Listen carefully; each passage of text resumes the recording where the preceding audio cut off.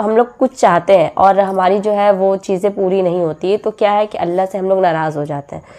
تو اللہ کیا ہمیں یہ چھوٹی موٹی غلطی سمجھ کے اللہ ہمیں معاف کر دیں گے یا پھر اس کے لیے کچھ سزا دیں گے؟ تو آج کا یہی بیان ہونے والا ہے، مفتی صاحب یہ بیان کرنے والے ہیں. السلام علیکم viewers, welcome back to my another video reaction. تو آج کا ویڈیو ریئیکشن کا جو ٹاپک ہے مصیبت کے وقت ناشکری کرنا. زندگی بدل دینے والا مفتی صاحب کا یہ بیان ہے. تو پھر دیکھتے ہیں آگے اس ویڈیو میں کیا کہنا ہے مفتی صاحب کا. تو چلیے ویڈیو سٹارٹ کرتے ہیں اور دیکھتے ہیں. پوری لاسٹ تک ویڈیو ضرور دیکھیے گا تبھی آپ کو ساری باتیں سمجھ میں آئے گی. آج لوگ چھوٹی چھوٹی باتوں پہ زبان سے کلمہ کفر نکال دیتے ہیں اور وہ سمجھتے ہیں کہ اس سے ہوگا کیا. ہمارے ہاں جو لبرل گھرانے میں پیدا ہونے والے بچے ہیں نا، ان کو ذرا سی ٹینشن ہو تو فوراً اللہ کو برا بلا معاذ اللہ کہنا شروع کر دیتے. میں ایسے اللہ کو مانتا ہی نہیں ہوں. ایک خاتون کے میاں نے کہیں دوسری شادی کی بات کی، ان کی وہ کہتی میں اس خاتون نے فوراً کہہ دیا کہ میں ایسے اسلام کو ہی نہیں مانتی جو مرد کو اجازت دیتا ہے دوسری شادی کی. تو بھائی آپ کسی اور طرح سے لڑ لو اس سے، آپ اس کو نہیں کرنے دو. اس سے تھوڑی کفر ہے، تو عورت کی فطرت ہے، نہ کرنے دو اس کو. بولے بھائی مجھے بہت تکلیف ہوتی ہے، میں نہیں برداشت کر سکتی. وہ فرض تھوڑی ہے کرنا، اجازت دی ہے نا. اسلام نے گن پوائنٹ پہ تھوڑی کہا کہ لازمی کرو. وہ تو میں گن پوائنٹ لے کے بیٹھا ہوں، بندوقیں یہاں پہ ٹھا ٹھا کرو ٹھیک ہے نا. وہ تو میرا ہیڈیک ہے نا، وہ اسلام کا تھوڑی ہے. تو بھائی یہ کہہ لو کہ نہیں کرو مجھے تکلیف ہوتی ہے، جھوٹی موٹی کی بے ہوش ہو جاؤ، جھوٹی موٹی کی خودکشی کی دھمکیاں دے دو، ہاتھ پاؤں یوں کر لو اپنے تھوڑے سے یوں عجیب سے کر لو. یہ ہوتا ہے سارے، یہ سب چل رہا ہوتا ہے مارکیٹ میں کچھ بھی کر لو. اس سے آپ کافر نہیں ہوگی، کیونکہ عورت کو سوگن کی تکلیف ہونا نیچرل ہے. وہ نہیں چاہتی میرا میاں کسی اور کا ہو جائے. بالکل. پھر اس میں خطرات بھی ہوتے ہیں، پتہ نہیں برابری کرے گا نہیں کرے گا. تو یہ رائٹ ہے. عورت صحابیات کو بھی تکلیف ہوتی تھی. حضرت ابراہیم علیہ السلام نے جب دوسری شادی کی ہے تو آپ کی زوجہ کو، پہلی زوجہ کتنی نیک تھی مگر ان کو بھی تکلیف ہوئی تھی. تو یہ تو نیچرل ہے. لیکن آپ اللہ پر آ جاؤ، اگر اللہ پہ اعتراضات شروع کر دو، اسلام پہ اعتراضات شروع کر دو، تو بھائی یہ اللہ سے آگے نکلنے کی کوشش ہو رہی ہے. پھر یہ کیا ہو رہا ہے؟ پھر اللہ نہیں بخش. دوسری تیسری شادی تو بہت دوسرا مسئلہ ہے. اللہ کہے گا تم نے مجھ پہ کیسے انگلی اٹھا دی ہے، مجھے کیسے غلط کہہ دیا. اور یہ آج کل بہت ہو رہا ہے، بات بات پہ کفر زبان سے نکال دیتے ہیں، غموں میں حوصلے چھوڑ دیتے ہیں. لوگ آ کے ملتے ہیں، یہ میرے ساتھ ٹینشن، یہ میرے ساتھ مسئلہ، یہ میرے ساتھ مسئلہ، پتہ نہیں اللہ کہاں ہے. ایک آدمی کے بچے کا انتقال ہوا، کہہ رہے یار اللہ کو میرا ہی بچہ مارنا تھا. بھائی تم کس کے مقابلے میں آ کے کھڑے ہو رہے ہو؟ خدا سے مقابلہ کر رہے ہو تم. تو یاد رکھو اللہ کی جو صفت ہے نا وہ ہے کبریائی، استغنا. اس سے لڑ کے، اسے برا بلا کہہ کے اس کے خزانوں سے ایک تنکا بھی نہیں لیا جا سکتا. وہ آپ کے ان جذبات سے متاثر نہیں ہوتا. اگر آپ یہ سمجھو گے کہ میں یوں کروں گا، دیکھو باپ کے سامنے تڑیاں بعض دفعہ چل جاتی ہیں. باپ کے سامنے بعض دفعہ تڑیاں، میں ابا کو مانتا ہی نہیں جو مجھے جائیداد سے ہے نا آگ کر دیں اور مجھے گاڑی نہ لے کے دیں. ابا ہو سکتا ہے متاثر ہو کے بولیں بھائی چل یار یہ گاڑی تیرے نام کر دی، میں نے یہ پلاٹ تیرے نام کر دیا، میرا بیٹا تو مجھے ماننے سے انکار کر رہا ہے. لیکن اللہ کا اصول جو قرآن اور سنت سے پتہ چلتا ہے، جو آسمانی کتابوں سے پتہ چلتا ہے، وہ اصول یہ ہے کہ آج تک کسی نے اللہ کے خزانے سے اللہ کو معاذ اللہ برا بلا کہہ کے، اللہ پہ اعتراضات کر کے، اسلام کو برا بلا کہہ کے، اللہ کے پیغمبروں کو برا بلا کہہ کے، اس طرح سے واویلا کر کے، اگر آپ یہ سمجھتے ہو کہ اللہ کو آپ پہ ترس آ جائے گا کہ ہائے بیچارہ بہت ہی مجبور ہے، تو یہ دماغ سے ہمیشہ کے لیے نکال دو. اس سے بڑی سزا میں اللہ آپ کو ڈالے گا، اس سے بڑی سزا، اور وہ جہنم کی آگ. یہ تو کچھ بھی نہیں ہے. تبھی تو خودکشی کرنے والے پر اللہ کو ترس نہیں آتا. خودکشی کرنے والا ایک طرح سے انتقام لے رہا ہے اللہ سے کہ اللہ تو نے مجھے زندگی دی، مجھے اس قابل تو چھوڑا نہیں، تو نے تو میرے ساتھ غلط کیا، مجھے گفٹ چاہیے ہی نہیں نعمت کا. جیسے ہے نا آپ باپ نے آپ کو گفٹ دیا ہو اور آپ دشمنی میں آ کے باپ کو گفٹ واپس کر دو، مجھے نہیں چاہیے، ایسے پھینک دو آپ. تو ہو سکتا ہے باپ کا یہ اصول ہو، وہ پھر بھی وہ کہے نہیں میرا بیٹا ایسا نہیں. لیکن اللہ کا اصول نہیں ہے. اللہ کا یہ اصول نہیں. اللہ کہے گا بھائی تو کیا سمجھتا ہے، میں تجھے اور آگ میں ڈالوں گا. تو دنیا کی ٹینشنوں سے تو چاہتا تھا یہ ناکام عشق ہو گیا، عشق ناکام ہو گیا، اور یہ ہو گیا تیرے ساتھ، اور یہ ہو گیا، اور تو جاب لیس ہو گیا، اور گھر سے مہنگائی اور غربت کے تانے پڑ رہے ہیں تیرے کو، اور بے روزگاری کے تانے مل رہے ہیں، اور معاشرے میں تیری عزت نہیں ہو رہی. اور اب آ کے تو کیا کر رہا ہے؟ خودکشی کر رہا ہے تو تو یہ سمجھ لے گا کہ میں تیرے پہ ترس کھا کے تجھے چھوڑ دوں گا، ایسا نہیں ہے۔ نبی صلی اللہ علیہ وسلم نے فرمایا جس نے خودکشی کی، جس طرح سے اپنے آپ کو ہلاک کیا ہے نا، تو قیامت تک برزخ کی زندگی میں اسی طرح سے اپنے آپ کو ہلاک کر کے مارتا رہے گا۔ اللہ کہے گا یہ زہر پی کے مرا تھا نا، زندگی دے گا اللہ برزخ میں اور کہے گا یہ زہر کی بوتل پی دوبارہ، اور اسی طرح تیری آنتیں کٹیں گی۔ جس طرح اپنے آپ کو مارا ہوگا برزخ میں قیامت تک اسی طرح اپنے آپ کو مارتا رہے گا وہ۔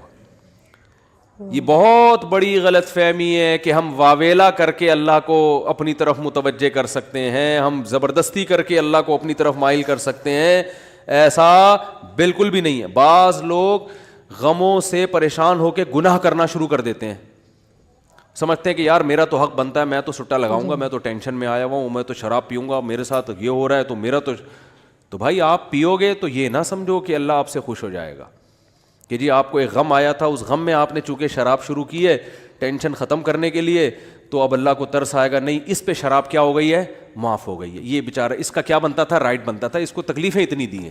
ایسا نہیں ہوگا بھائی، اس خوش فہمی میں مبتلا مت ہونا، یہ اصول ہے، اللہ کا قانون ہے، یہ قرآن سے پتہ چلتا ہے، حدیث سے پتہ چلتا ہے۔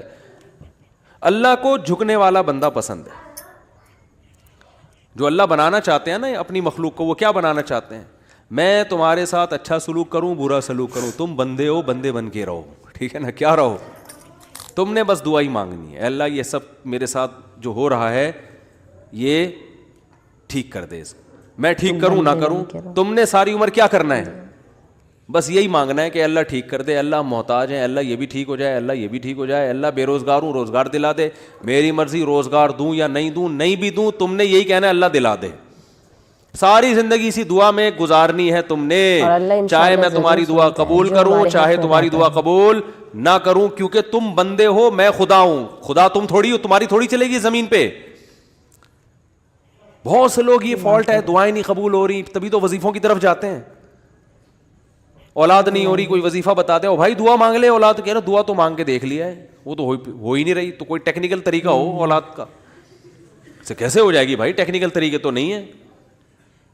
یونس علیہ السلام جب مچھلی کے پیٹ میں تھے، کتنا بڑا غم لگا نا آپ کو، یونس علیہ السلام مچھلی کے پیٹ میں، تو اللہ سے آپ نے دعا مانگی، وظیفہ نہیں پڑھا ہے، وظیفے پڑھنا بھی جائز ہے اگر کوئی قرآن و آیتیں ہیں تو کوئی گناہ نہیں ہے، لیکن جو اصل جو اسلام کی روح ہے وہ کیا ہے، دعا۔ تو یونس علیہ السلام نے مچھلی کے پیٹ میں دعا مانگی، لا الہ الا انت سبحانک۔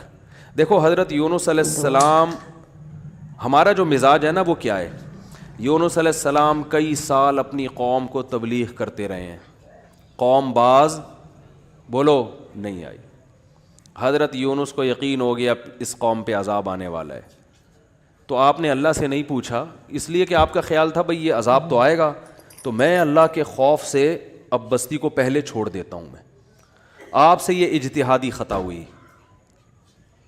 یہ اجتہادی خطا ہوئی کہ بھئی اللہ کی پرمیشن کے بغیر آپ نے قوم کو کیوں چھوڑا، حالانکہ اس اجتہادی غلطی کے پیچھے جو اس کی بیس تھی وہ بیس بہت اچھی تھی، وہ اللہ کا خوف اور اللہ کی خشیت، اللہ کے عذاب سے بھاگنا یہ تو حکم ہے نا، فنٹر بننے کی تھوڑی اجازت ہے کہ جہاں عذاب آ رہا ہے تو کھڑے رہو وہاں دیکھو، ایسا تھوڑی ہے۔ قوم لوط پر جب عذاب آیا تو جو اہل ایمان تھے ان کو حکم تھا پیچھے مڑ کے بھی نہیں دیکھنا ہے، اس عذاب کو دیکھنے کی بھی اجازت نہیں، ڈرو اس سے بھاگو۔ جب قوم عاد قوم سمود کی بستیوں سے نبی گزرتے تھے تو چہرے پہ کپڑا ڈال کے جلدی اپنی رفتار بڑھاتے تھے، بھئی یہ اس عذاب کو اپنی آنکھوں سے بھی نہ دیکھو، خوف پیدا ہوتا ہے اس سے، تو اتنا زیادہ آپ صلی اللہ علیہ وسلم خوف زدہ ہوتے تھے، تو اللہ کے عذاب سے تو دور بھاگنے کا حکم ہے۔ تو اب یہاں کیا ہے کہ کیا بات چل رہی تھی یار، حضرت یونس علیہ الصلوۃ والسلام اللہ کے عذاب کے ڈر سے اپنی قوم کو چھوڑ کر نکل گئے، یہ بیس بالکل ٹھیک ہے بھیا، جب اللہ کا وعدہ بھی یہی ہے کہ جو قوم ایمان نہیں لے کر آئے گی تو میں اس کو تباہ کر دوں گا، تو حضرت یونس علیہ السلام کو خیال ہوا کہ بھئی یہاں سے نکل جاؤ۔ جب بیٹھے ہیں کشتی میں، کشتی ڈوبنے لگی تو ملا نے کہا بھئی وزن کشتی میں زیادہ ہے، ایک آدمی کو نیچے اترنا پڑے گا ورنہ سب ڈوب جائیں گے۔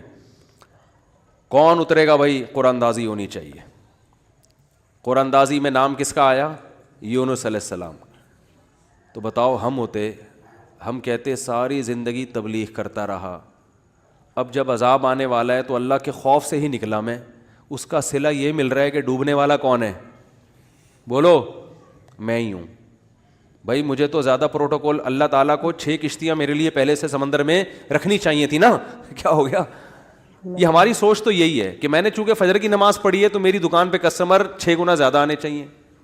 پیسے سارے وہ کما رہے ہیں، نمازیں میں پڑھ رہا ہوں. اچھا میرے پر لوگ اعتراض یہ بھی کرتے ہیں کہ احتیاط اس نے کی، اس کو کرونا ہو گیا اس نے احتیاط نہیں کی، اس کو نہیں ہوا، یہ مفتی لوگوں کو الو بنا رہا ہے. تو بالکل یہی ہے کہ نماز میں پڑھ رہا ہوں، روٹی کس کو مل رہی ہے؟ اس کو مل رہی ہے. احتیاط میں کہہ رہا ہوں، وہ کرونا بھی مجھے ہی ہو رہا ہے. ٹھیک ہے نا، ٹھیک ہے نا. تو اب اللہ سے تھوڑی کوئی لڑ سکتا ہے بھائی. تو اللہ کی مرضی، جو اب احتیاط کے باوجود بھی کسی کو بیماری لگا دے، اور ایسے ہے گلے مل رہے ہیں اور روزانہ چھینک رہے ہیں ایک دوسرے کے منہ پہ، انہیں کچھ نہیں ہو رہا. وہ تو اب اللہ کی مرضی، اللہ سے تھوڑی کوئی لڑ سکتا ہے. لیکن ہم تو ظاہر کے مکلف ہیں نا، ہم تو اسباب کے مکلف ہیں، تو اس لیے حکم دیا جاتا ہے احتیاط کا. تو خیر، جب تک کرونا ختم نہیں ہوگا ہم بھی آپ کا پیچھا نہیں چھوڑیں گے، یہ ذہن میں رکھو. آپ تھوڑا تھوڑا جیسے 4 شادیاں آتی ہیں نا تڑکے میں، اس طرح یہ بھی آتا رہے گا تڑکے میں، کیونکہ لوگ نہیں کر رہے احتیاط تو کیا کریں. اچھا خیر، بات کہاں چل رہی تھی؟ تو یونس علیہ السلام کی جگہ ہم ہوتے تو بھائی ہماری حالت کیا ہوتی ہے. اللہ جیسے تبلیغ میں ہم میں سے کوئی گیا ہوا ہوتا 4 مہینے کے لیے، 4 مہینے کے لیے تبلیغ میں نکلے ہوتے، اللہ کے راستے میں واپس آ رہے ہوتے تو پتہ چلا کچھ یعنی کنوینس ہی نہیں مل رہی، پولیس والے پکڑ کے لے گئے، کسی کیس میں بند کر دیا، تو کیا وسوسے آتے ہیں دماغ میں. جیسے حج کرنے گئے نا، ایک آدمی حج کرنے گیا، لٹ گیا وہاں پہ نا جیب کتروں نے. تو وہ کہہ رہے اللہ میں نے تو سنا تھا حاجی تیرے مہمان ہوتے ہیں، تو ہم نے تو دنیا میں کسی کو نہیں دیکھا کسی نے اپنے مہمان کس کی یہ انسلٹ کی ہو. ٹھیک ہے نا، ہم نے تو نہیں دیکھا. میں تیرا مہمان بن گیا اور کچھ بھی نہیں بچا میرے پاس، سب کچھ ہی لٹ گیا. تو جلا ہوا آدمی تھا. تو یونس علیہ السلام کی جگہ کوئی اور ہوتا، ہم جیسے نالائق ہوتے، تو ہم کہتے ہیں اللہ ساری زندگی قوم کی مخالفت لے کے تبلیغ کرتا رہا، اپنا تن من دھن لگا دیا، نہ کاروبار کی طرف توجہ، نہ کوئی پیسے کمانے، جو روکھی سوکھی ملی کھا لیا. پیغمبروں کا تو کوئی اجرت بھی نہیں ہوتی، وہ تو بالکل ہی اللہ توکل پہ چل رہے ہوتے ہیں. اے اللہ غربت میں وقت گزارا، کبھی کھانے کو ملا نہیں ملا، بس تیرے دین کو فوکس کیا. اب جب عذاب آنے والا ہے تیرا اس قوم پہ، تو تیرے خوف سے نکلا میں، جو تیرا ہی حکم ہے کہ مجھ سے ڈرو، میرے عذاب سے ڈرو. اب کم از کم کوئی 2-4 کشتیاں یا ہوائی بحری جہاز کوئی کھڑا ہوا ہوتا میرے استقبال میں، اور اگر نہیں تھا میں نے اپنے خرچے سے پہ کشتی لی ہے میں نے. ٹھیک ہے نا. ذمہ داری کس کی بنتی تھی اللہ؟ ذمہ داری تیری بنتی تھی کہ کشتی کا انتظام تیری طرف سے ہو. بھائی گورنمنٹ اگر کسی فوجی کو کسی مہم پہ بھیجتی ہے، اب جو امریکہ کے فوجی افغانستان آئے ہوئے ہیں ان کو باعزت واپس نکالنا کس کی ذمہ داری ہے؟ بولو نا، امریکہ کی ذمہ داری ہے نا. تو تبھی تو فوجی کہہ رہے ہیں بھائی تم نے ہمیں عزت کے ساتھ جب بھیجا ہے تو عزت کے ساتھ پٹھانوں سے بچا کے نکالنا کس کی ذمہ داری ہے؟ یہ امریکہ کی ذمہ داری ہے نا. تبھی امریکہ قطر میں کوشش میں لگا ہوا ہے کہ بھائی یہ کسی طرح اپنی عزت بچا کے واپس آ جائیں گے. اور بالکل صحیح کر رہے ہیں امریکہ اپنے لحاظ سے، اس کا فرض بنتا ہے جب آپ نے فوجیوں کو بھیجا تو واپس بھی تو لے کر آؤ نا ان کو. تو بالکل میرے بھائی یہ بات ذہن میں آ سکتی تھی یونس علیہ السلام کے کہ اللہ یہ سب میں نے تیرے لیے کیا ہے، اب تیرا عذاب آ رہا ہے تو مجھے تو یہاں سے فرار ہونا ہے بستی سے، تو کشتی کا انتظام کرنا میرے ذمے نہیں ہے بلکہ کس کے ذمے ہے؟ تیرے ذمے. چلو میں نے اپنے خرچے پہ کر لی. اب اللہ تو خود ہی اگر ڈوب رہی، اول تو ڈوبنی نہیں چاہیے، تجھے تو یہ طاقت ہے کہ 100 آدمی بھی کشتی میں بیٹھ جائیں، جب تک تیری مرضی نہیں ہوگی کشتی کلٹی بولو نہیں ہوگی، یہ نہیں کلٹی ہو سکتی. دوسری آزمائش تو نے یہ اس آزمائش میں ڈال دے گی کشتی کلٹی ہو رہی ہے. اور اگر کلٹی ہو بھی رہی ہے تو ایسے نالائق لوگ اس کشتی میں بیٹھے ہوئے ہیں. کار آمد تو صرف اس میں یونس علیہ السلام تھے، باقی تو سارے نالائق کیونکہ مشرک لوگ تھے، سارے بت پرست، پان گٹکے والے، سگریٹ والے، تمباکو والے، سارے اس میں بیٹھے ہوئے ہیں. وہ تو پتہ نہیں کیا کیا نشہ کرتے ہوں گے، سارے ایک نمبر کے چور یہاں بیٹھے ہوئے ہیں کشتی میں. تو اللہ ان میں سے کسی کو تو خود ہی جو ہے نا ڈلوا دیتا. اور قرآن اندازی ہو رہی ہے تو نام کس کا آ رہا ہے؟ میرا نام آ رہا ہے، جس نے ساری زندگی تبلیغ کی. تو اور پھر کمال یہ کہ بڑی آزمائش کیا کہ چلو کشتی میں اگر چھلانگ لگا کے نیچے گرنا ہی تھا، ان لوگوں نے ڈال دیا، بھائی آپ کا نام آیا، آپ کو اترنا پڑے گا. تو تیرنے کا آپشن ہوتا ہے، کہیں تیرتے رہیں گے، کوئی ٹیلا آ گیا وہاں بیٹھ گئے، یا کسی نے دیکھ لیا کوئی رسی پھینک دی، جیسے یا کہیں کنارے پہ اتر گئے، جیسے ہی چھلانگ لگائی ہے ایک اور بڑی آفت، سمندر کی مچھلی نے آپ کو نگل لیا. کتنا خوف، ایک حرف زبان سے ناشکری کا نہیں نکل رہا پیغمبر کہ اللہ مروا دیا تو نے. تو یہ کیا خوف ہوتا ہے سمندر کا، اپنا ایک خوف ہے بھائی. کبھی یہاں نہیں سمجھ میں آئے گا، جاؤ سمندر میں جا کے پتہ چلے گا. اور قرآن سے پتہ چلتا ہے رات کا وقت تھا، اندھیرا تھا، اندھیرے میں بہت، کیونکہ فنادا فی الظلمات، فی الظلمہ نہیں ہے کہ اندھیرے میں پکارا، اندھیروں میں پکارا. پتہ چلا کہ بہت سارے اندھیرے تھے، یعنی ایک مچھلی کے پیٹ کا اندھیرا، ایک سمندر کی تہ کا اندھیرا، اور ایک رات کا اندھیرا. کس قدر خوف. بتاؤ آج کسی کو ایسی ٹینشن ملتی ہے؟ آج یہی ٹینشن ہے. ابا نے اس دن چپیٹ لگا دیا تھا کھینچ کے، اور بھائی تمیز سے بات نہیں کر رہا، بیگم کنٹرول میں نہیں ہے، اور مفتی صاحب کا بیان سن کے اللہ کی خاطر شادی کی تھی، پھنس گئے. ایک آدمی میرے پاس آیا، کہنے لگا مفتی صاحب میری بیوی کی نہ شکل اچھی ہے اور نہ بات کرنے کا انداز اچھا ہے. تو مجھے خود بتا رہا تھا، کہہ رہا اتنی بد اخلاق ہے. میں اس سے کہتا ہوں اگر تیری شکل بھی اچھی ہوتی نا میں تیری بد اخلاقی برداشت کر لیتا.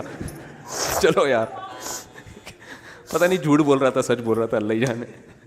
اب یہ کوئی ٹینشن ہے بتاؤ؟ اصل ٹینشن تو وہ ہے نا.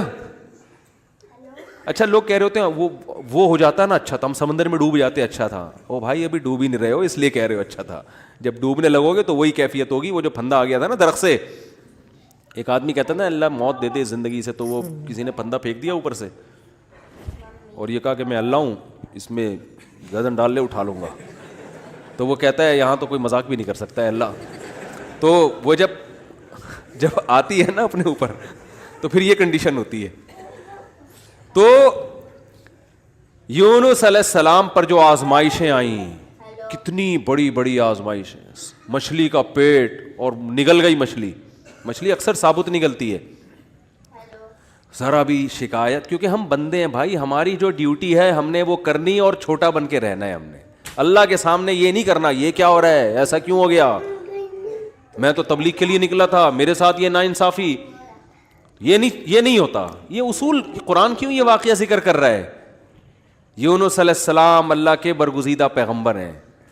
ہمارے حضرت فرمایا کرتے تھے یہ محبت کی چٹکیاں ہوتی ہیں. انسان کو جس سے محبت ہوتی ہے تو اس کو ستاتا ہے، اور یہ ستانا تکلیف برائے تکلیف نہیں، اس کے درجات کو بلند کرنی. محبت کا اظہار ہے کہ میرا ایسا بندہ ہے، ایسا پیغمبر ہے، کتنی آزمائشوں میں ڈالا، زبان سے ایک حرف ناشکری کا نہیں نکل رہا، ساری اپنی طرف منسوب کہ میری غلطی ہے، میری غلطی ہے، میری غلطی ہے، میں غلط ہوں. نہیں کہا. تو قرآن کے الفاظ دیکھو، جب مچھلی نے نگلا ہے اور سمندر کی تہ میں گئی اندھیروں در اندھیرے، تو یونس علیہ السلام نے فنادا فی الظلمات، اندھیروں میں کیا پکارا، لا الہ الا انتا، اے اللہ تیرے سوا کوئی غلامی کے لائق نہیں ہے، میں تیرا غلام ہوں. انی کنت من الظالمین، میں ہی غلط ہوں، تو غلط نہیں ہے، مجھ سے کوئی غلطی ہوئی ہے اور میں تجھ سے استغفار کرتا ہوں. ان کو احساس ہو گیا کہ میں جو بغیر پرمیشن کے آیا ہوں شاید یہ اس لیے ہو رہا ہو میرے ساتھ. دیکھو اپنے آپ کو غلط ثابت کرنے کے لیے دلائل تراشے جا رہے ہیں. کوئی اللہ نے وہی تھوڑی کی تھی اس وقت کہ آپ غلط ہیں. بس اس عمل سے اندازہ ہو گیا کہ بھائی اور تو مجھے نہیں لگتا میرے سے کوئی گناہ ہوا ہو، تو مجھے لگتا ہے کہ یہ ہے جس کی وجہ سے اللہ کیا ہے، مجھ سے ناراض ہے. تلاش کر رہے ہیں، کوئی اپنی مسٹیک تلاش کریں، اپنے آپ کو غلط کہیں تو لا الہ الا انتا سبحانک، اے اللہ تو ہر عیب سے پاک ہے. کیا مطلب؟ تو میرے ساتھ غلط نہیں کر سکتا، یہ میرا ہی کوئی عمل ہے جس کی وجہ سے ایسا ہو رہا ہے. تو تھوڑی غلط ہے، تو ہر عیب سے پاک ہے، تو ظالم تھوڑی ہے، میری غلطی ہے، میں غلط ہوں. کیا اللہ کے رحمت کے خزانے حرکت میں آتے ہیں. فَالْتَقَمَهُ الْحُوتُ وَهُوَ مُلِيمٌ, قرآن کہہ رہا ہے مچھلی نے نگلا اس حال میں کہ یونس علیہ السلام اپنے آپ کو ملامت کر رہے تھے. جب مچھلی کی نگل رہی تھی اس وقت بھی اپنے آپ کو ملامت کر رہے ہیں, اپنے آپ کو برا بلا کہہ رہے ہیں, میں غلط, میں نے غلط کیا. تو جب مچھلی کے پیٹ میں جا کے توبہ استغفار کی ہے تو اللہ کی صفت استغنا دیکھو.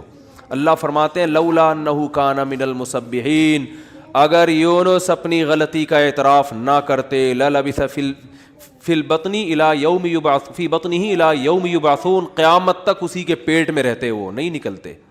یہ اللہ کی صفت استغنا ہے کہ بھئی اللہ کو آپ ڈرا کے دھمکا کے یا اپنی غلطی کا اعتراف کیے بغیر اللہ پہ ڈال کے اللہ سے کچھ بھی منوا نہیں سکتے.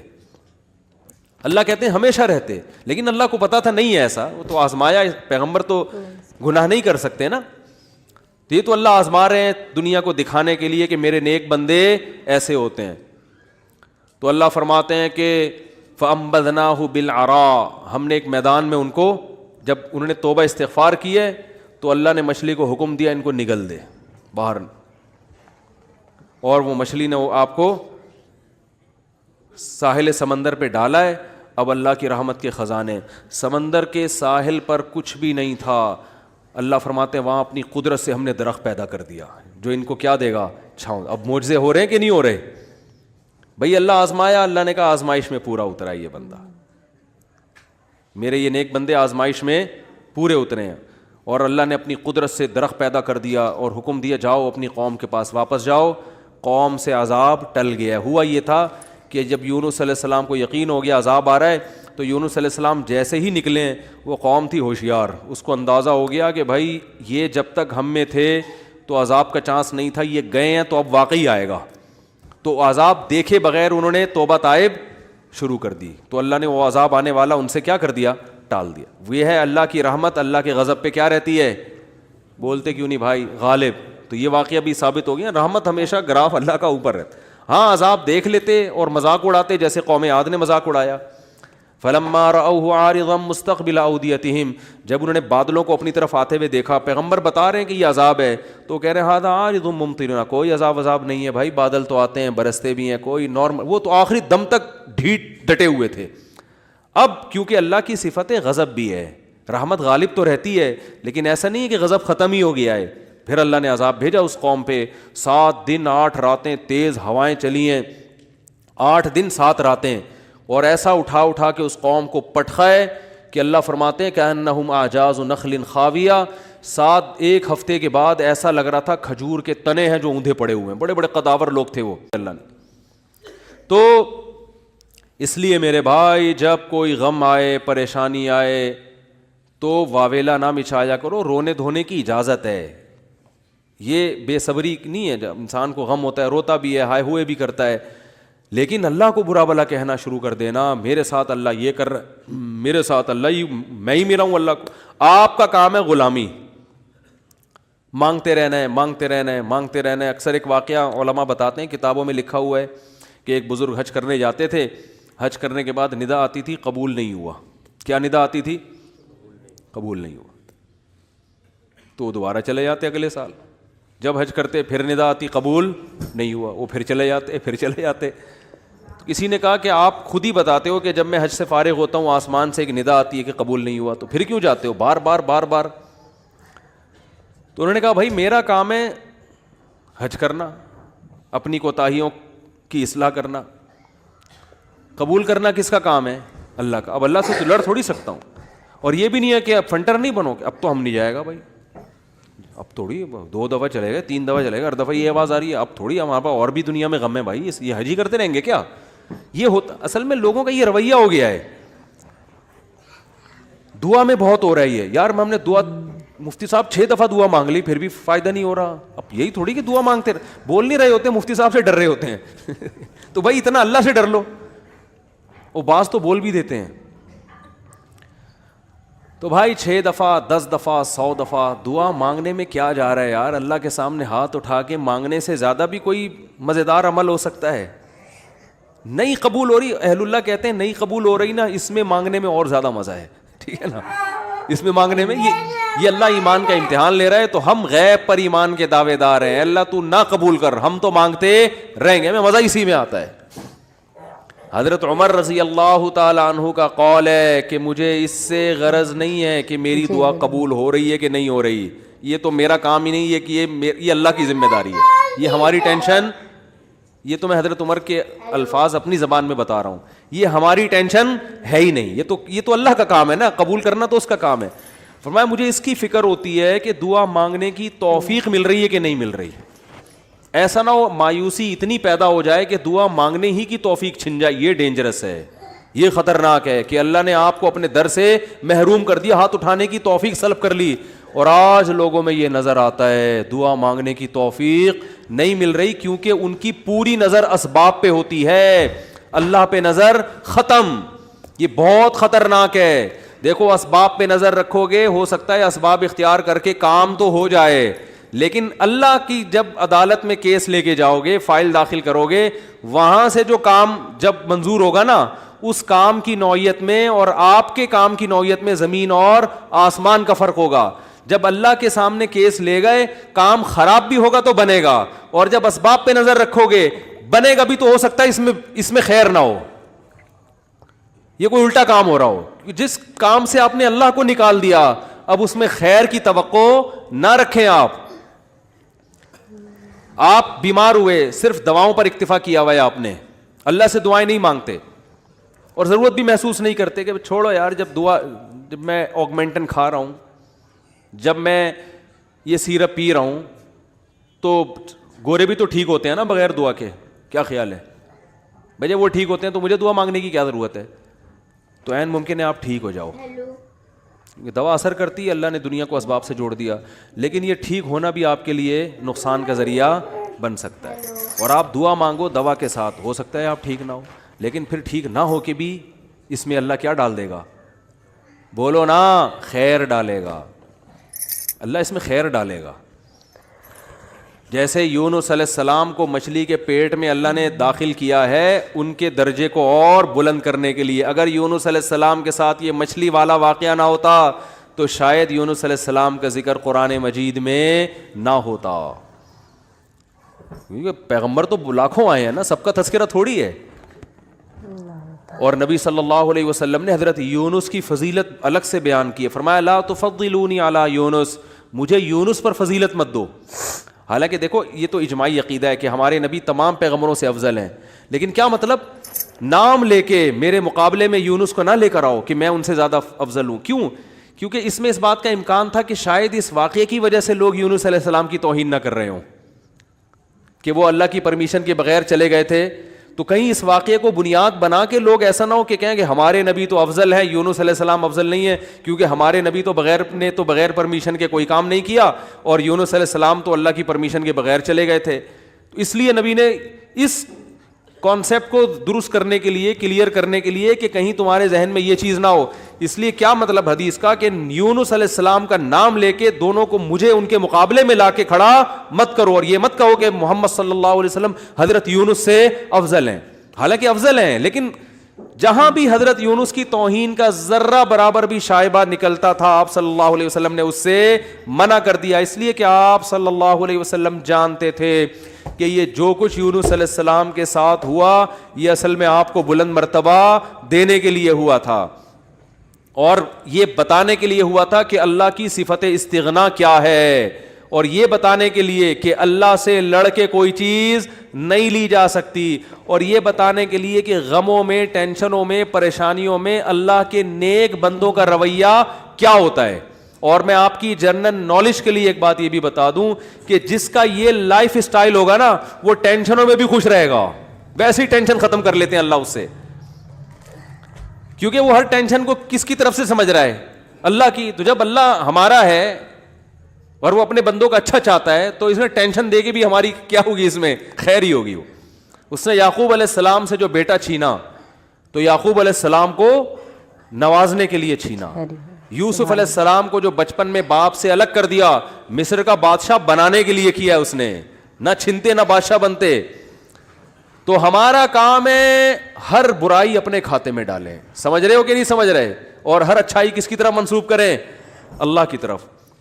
تو مفتی صاحب کی بیانات جو ہے نا کافی اچھی ہوتی ہے، اور ان کی بیانات سے بہت ساری چیزیں جو ہم لوگ جو ہے سنتے ہیں، جس طریقے سے انہوں نے بیان کیا کہ ریئل لائف میں ہمارے ساتھ ایسا ہو ہی جاتا ہے کہ اللہ اگر ہماری کوئی باتیں نہ سنے تو جس کی وجہ سے ہم لوگ ناراض ہو جاتے ہیں اور اللہ کی نافرمانی کرنے لگتے ہیں. کئی ایسی چیزیں ہوتی ہے جس سے ہم لوگ ناراض ہو جاتے ہیں. اللہ نے ہماری یہ دعا قبول نہیں کی، اللہ نے ہماری وہ دعا قبول نہیں کی، اللہ ہم ایسا چاہتے تھے ہمارے ساتھ ایسا نہیں ہوا.